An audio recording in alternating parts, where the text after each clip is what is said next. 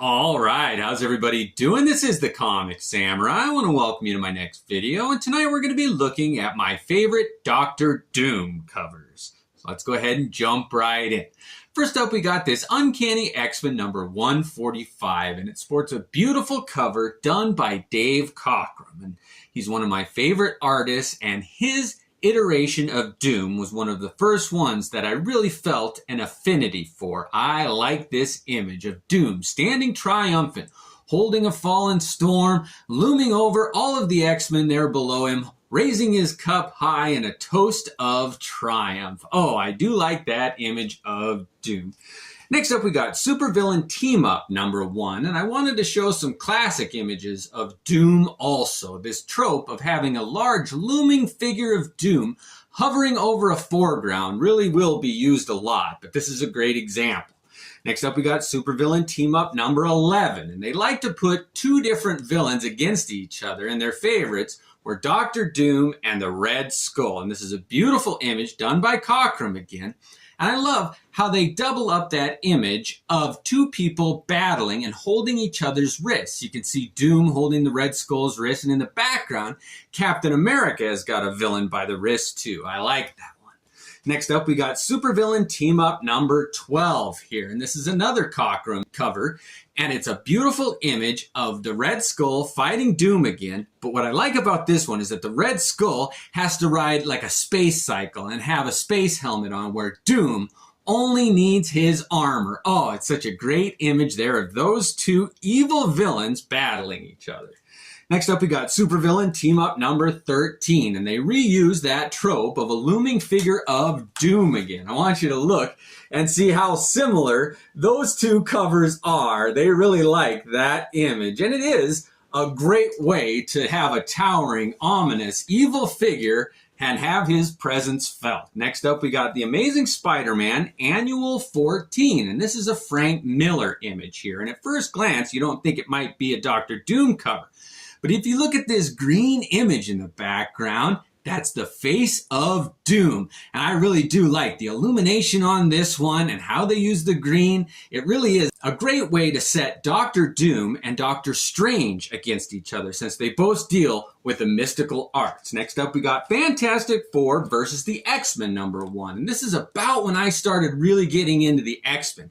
And to see them go up against the Fantastic Four and have Doom play a role in it too. I like this image of Reed Richards in Doom's costume there. It really is symbolic that Franklin Richards knows that Doom has something to do with the relationship of his mom and his dad, and they were all entwined in their history and creation of the Fantastic Four. Next up, we got What If House of M number 1, and what I like about this one is that the Red Skull is wearing Doom's armor here, and he's holding the Cosmic Cube.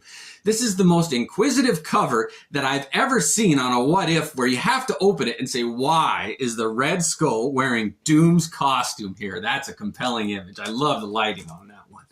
Next up, we got What If Secret Wars number 1. And here we've got an image of Victor Von Doom wearing the Infinity Gauntlet. How did he get it? What's he going to do with it? And you just have to open this one and find out. It's a beautiful image here.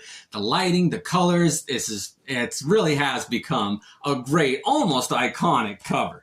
Next up, we got The New Avengers number 46 here. Now, this is a reimagining of the villains as Skrulls. You'll see all of them have that Skrull-like chin on them here. But I do like that fiery image in the background and how Doom is backlit there, but he is in the forefront. He's the most ominous villain on the cover of this one. Next up, we got The Ultimate Fantastic Four number 30, and this was the scariest Doom cover that I could find. I love that image of Doom surrounded by a zombified Fantastic Four, and doesn't look that terrified, so you've got to say, is he in cahoots with them? What's his bargaining chip here? Because those zombies are ruthless and they have no allies. So this one of Doom, oh, it is spooky. I love those Marvel zombies. Next up, we got Secret Wars number 12. And this was, I think, the first time on a cover that you got to see Doctor Doom unmasked. You got to see what Victor Von Doom looked like. And what a great iconic image done by Mike Zeck here, with Doctor Doom raising his hand high with the power of the Beyonder. I do like that one. Next up, we got The End Marvel number 3. And this was kind of a what-if tale and how the Marvel Universe could wrap up at the very end. But it's an image of Doom, a solitary figure standing there with a smoking gun. And that is a metaphor right there. But I like how his mask is just cloaked in darkness. It's a great Jim Starlin image. I do like that one. Next up, we got Namor, number 31. And Jay Lee had a version of Doom that was unlike anything I'd seen before. I do like it when Doom goes up against a powerful foe, and on this one, Namor is doing his best to stand up against Victor Von Doom. That's a great Jay Lee image. Next up, we got The Amazing Spider-Man number 350, and this is Eric Larsen's take on Doom in the background there, and you've got Spider-Man bold and front and center there, as it should be because it's a Spider-Man comic book, but it's a great image of Doom in the background there, and this was the last one that Eric Larsen did when he took over the reins from Todd McFarlane, and Larsen knew how to go out with a bang. What a great one. Next up, we got the Fantastic Four, number 67, or number 496. The numbering was kind of wonky, but this image of Doom with flames shooting out of his armor there, it really was an exciting image. You had to open it up and say, is Doom being destroyed here, or is he doing it on purpose? What is the story? But what a compelling image this one is. I love that lighting. Next up, we got The Mighty Avengers number 9. And Mark Bagley, one of the most underrated artists, really did a great image of Doom here. I love it when it's done clear and you can make out every little detail on his armor. And he's holding Spider-Woman up there with all the Avengers falling at his feet and his fist glowing, about to deliver the coup de grace. This is a great Doom image. What a sinister villain. Next up, we got What If number 200. And what a beautiful image of Doom they were able to capture on this one. Look at the lighting on this one. You get to see all the details in his mask there. I really do think this is a beautiful cover. Next up, we got the Fantastic Four, number 566. Now, this was Brian Hitch's run on the Fantastic Four, and his take on Doom was eerie. I really liked it. But this one features the Masters of Doom, and you always had to wonder, who can cause Doom to bow before them? Who does he kneel before? He's had the power of the Beyonder. He answers to nobody. So you got to open this up and say, who is pulling the strings of Doom in this one? Next up, we got Fantastic Four number 567. And this is such a beautiful image done by Brian Hitch here, where the mask of Doom is between the Fantastic Four and it's separating Reed Richards and Sue Storm. And it's kind of a great metaphor that he's always been integral and at the center of the Fantastic Four's mythos. You can't have the Fantastic Four without Victor Von Doom. What a great image of his mask. Next up, we got Fantastic Four number 558. And speaking of great images of Dr. Doom's mask, this one, I love the details on it.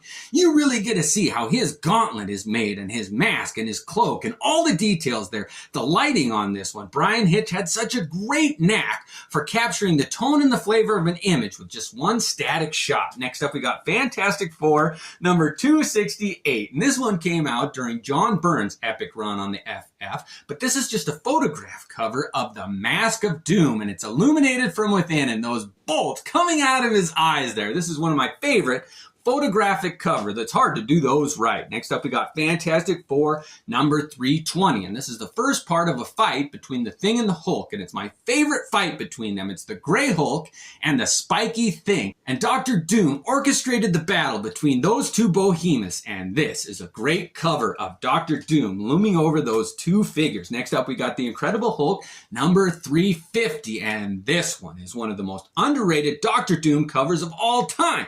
It's one of my favorite covers, period. I love the images of the Thing and the Hulk going face to face. They can smell each other's breath. Those two behemoths staring each other down with Doom illuminated right behind them, pulling the string, orchestrating the fight between those two monsters. What a great cover. Next up, we got Iron Man number 11, and this one is a halvesy cover. I love those, done by Will Spartacio. The coloring on this one, it's such a great contrast of the green and gray against Iron Man's yellow and red. This really is an underrated cover. I love Will Spartacio's take on those two characters, and what a great metaphor of them being two sides of the same coin. I like that. Next up, we got Iron Man number 250, and one of the greatest rivalries in the Marvel Universe is that between Doc Doom and Iron Man, and this is the second time they met in issue 250 here, and Bob Layton returned to do a great image of those two squaring off with Merlin behind them there. But the first time they met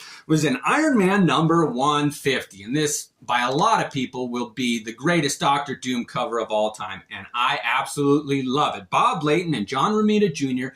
did such an iconic image of those two armored characters going head to head here with a stark black background there. This is a wonderful comic book, and they went 100 issues and brought those two back. I hope they keep that going. Issue 350, 450, all the way to infinity. Every 100 issues, there's a great heads-up battle between Doom and Iron Man. Next up, we got Secret Wars number 10. Now this one, for a long time, was my favorite Doctor Doom image, done by Mike Zeck, and it really is just a beautiful image of Doctor Doom, and it's his will against the Beyonder. I love that. It's nothing more than his need for power that drives him here. His armor's broken down, he's beaten, he's battered, but Doom still stands to fight against the Beyonder.